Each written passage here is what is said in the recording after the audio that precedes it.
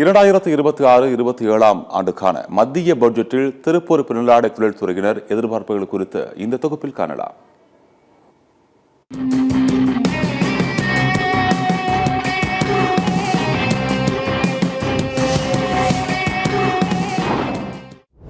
இந்தியாவில் அதிக அந்நிய செலாவணியை ஈட்டித் தரும் மூன்றாவது மிக பெரும் துறையாகவும் அதிகம் பேருக்கு வேலைவாய்ப்பு வழங்கும் துறையாக பின்னலாடை துறை உள்ளது. பின்னலாடை ஏற்றுமதி மையமாக திகழும் திருப்பூர் ஆண்டுக்கு சுமார் 45,000 கோடி ரூபாய் அந்நிய செலாவணி, உள்நாட்டு உற்பத்திகள் சுமார் 35,000 கோடி ரூபாய் என ஆண்டொன்றுக்கு சுமார் 80,000 கோடி ரூபாய் அளவுக்கு வர்த்தகம் செய்யும் நகராக விளங்கி வருகிறது. இங்கிருந்து உற்பத்தியாகும் பின்னலாடைகள் ஐரோப்பிய நாடுகள், அமெரிக்கா, ரஷ்யா, இங்கிலாந்து உள்ளிட்ட பல்வேறு நாடுகளுக்கு ஏற்றுமதி செய்யப்பட்டாலும் சுமார் 45 விழுக்காடு வரை அமெரிக்காவுக்கு மட்டுமே ஏற்றுமதி செய்யப்படுகின்றன.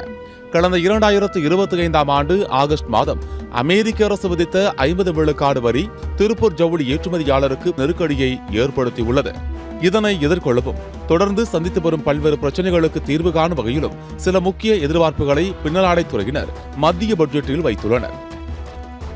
இந்த பட்ஜெட்டில் பார்த்தீங்கன்னா இன்னைக்கு நான் ஒட்டுமொத்த ஜவுளி தொழிலை பெரிய அளவு பாதிச்சிருக்கு. முதல்ல உலக அளவில் பார்க்கும்போது இந்தியா 6வது இடத்துல இருக்கிறது ஜவுளி தொழில்.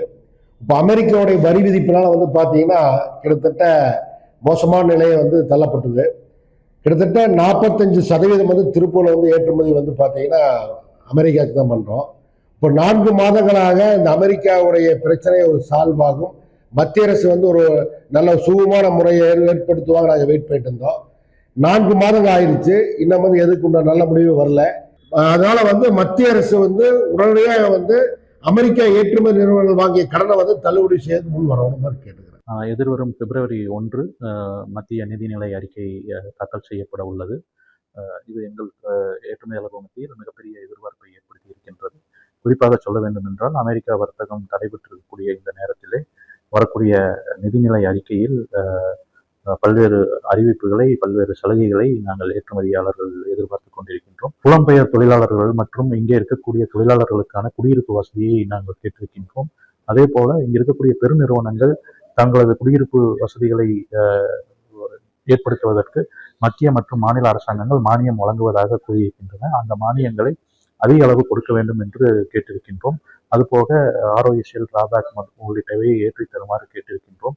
அதுபோல செயற்கை நூலிலை ஆடை உற்பத்திக்கான துணிகளை இறக்குமதி செய்யும் போது அதை மிக எளிதாக கையாள்வதற்கான வழிவகைகளை செய்ய வேண்டும் என்று கேட்டிருக்கின்றோம். இந்த பட்ஜெட்டில் தமிழ்நாட்டின் வளர்ச்சிக்கும் முன்னேற்றத்திற்குமான திட்டங்களை முன்வைத்து தமிழ்நாடு MPs போராட இருக்கிறோம், வாதாட இருக்கிறோம். குறிப்பாக கோவை மதுரை மெட்ரோ திட்டத்திற்கான அங்கீகாரமே இல்லை. அதேபோல் சென்னை மெட்ரோ விரிவாக்கத்திற்கான நிதி ஒதுக்கீடு வழங்கப்படவில்லை. இந்த பிரச்சனைகளையும் முன்வைக்க இருக்கிறோம். அதேபோல் அமெரிக்க வரி விதிப்பின் காரணமாக இந்தியாவில் ஜவுளி இண்டஸ்ட்ரி ஐரோப்பிய யூனியனிலும் அதேபோல் அமெரிக்க சந்தையிலும் பிற நாடுகளோடு போட்டியிட முடியாத நெருக்கடி ஏற்பட்டுள்ளது. தமிழ்நாட்டின் ஒட்டுமொத்த வளர்ச்சிக்கான திட்டங்களை முன்வைத்து அவற்றை நிறைவேற்ற வேண்டும் என்றும், அதேபோல் மாநில அரசிற்கு கொடுக்கப்பட வேண்டிய நிலுவைத் தொகை முழுவதையும் உடனடியாக வழங்க வேண்டும் என்றும் வற்புறுத்திருக்கிறோம். ஏற்றுமதி செய்யப்படும் பொருட்களுக்கான வரிகள் மற்றும் தீர்வைகளின் தள்ளுபடி செய்யும் திட்டத்தை 2026க்கு பின்னும் தொடர வேண்டும். மாநில மற்றும் மத்திய வரிகள் மற்றும் கட்டணங்களுக்கான தள்ளுபடி செய்யும் திட்டத்தில் மாநில வரிகள் முழுமையாக சேர்க்கப்பட வேண்டும். GST ரீஃபண்ட் வழங்குவதில் ஏற்படும் பல மாத தாமதத்தை 30 நாட்களுக்குள் திரும்ப வழங்குவதை கட்டாயமாக்க வேண்டும். தலைகீழ் வரி அமைப்பான இன்வெர்டட் டியூட்டி ஸ்ட்ரக்சர் பிரச்சினைக்கு நிரந்தர தீர்வு காண வேண்டும். ஏற்றுமதியாளர்களுக்கான வட்டி மானியத்தை 3 விழுக்காட்டிலிருந்து 5 விழுக்காடாக உயர்த்த வேண்டும். மேலும் உயரும் மின்சார கட்டணத்தை சமாளிக்க கூடுதல் மின்சார மானியம், கழிவுநீர் சுத்திகரிப்பு நிலையம், சோலார் அமைப்பு போன்ற பசுமை முதலீடுகளுக்கு மூலதன மானியம் வழங்க வேண்டும் என்றும் கோரிக்கை விடுத்துள்ளனர். இத்தகைய சிறப்பு வாய்ந்த இந்த ஜவுளித்துறை ஒட்டுமொத்த ஜவுளியில் ஏறத்தாழ 50% திருப்பூரில் ஏற்றுமதியாகிறது என்ற சிறப்பை பெற்ற திருப்பூரில் இன்றைக்கும் உள்கட்டமைப்பு வசதி என்பது முழுமையாக தீர்க்கப்படாமல் இருக்கிறது என்பது. ஆகவே உள்கட்டமைப்பு வசதிகளை மேம்படுத்துவதற்கு ஏறத்தாழ 250 கோடி ரூபாய் இந்த நிதி பட்ஜெட்டில் ஒதுக்க வேண்டும் என்று கேட்டுக்கொள்கிறோம். அதேபோல் இந்த ஏற்றுமதிக்கு பிரதான பங்கு வகிப்பது தொழிலாளர்களின் உழைப்பு.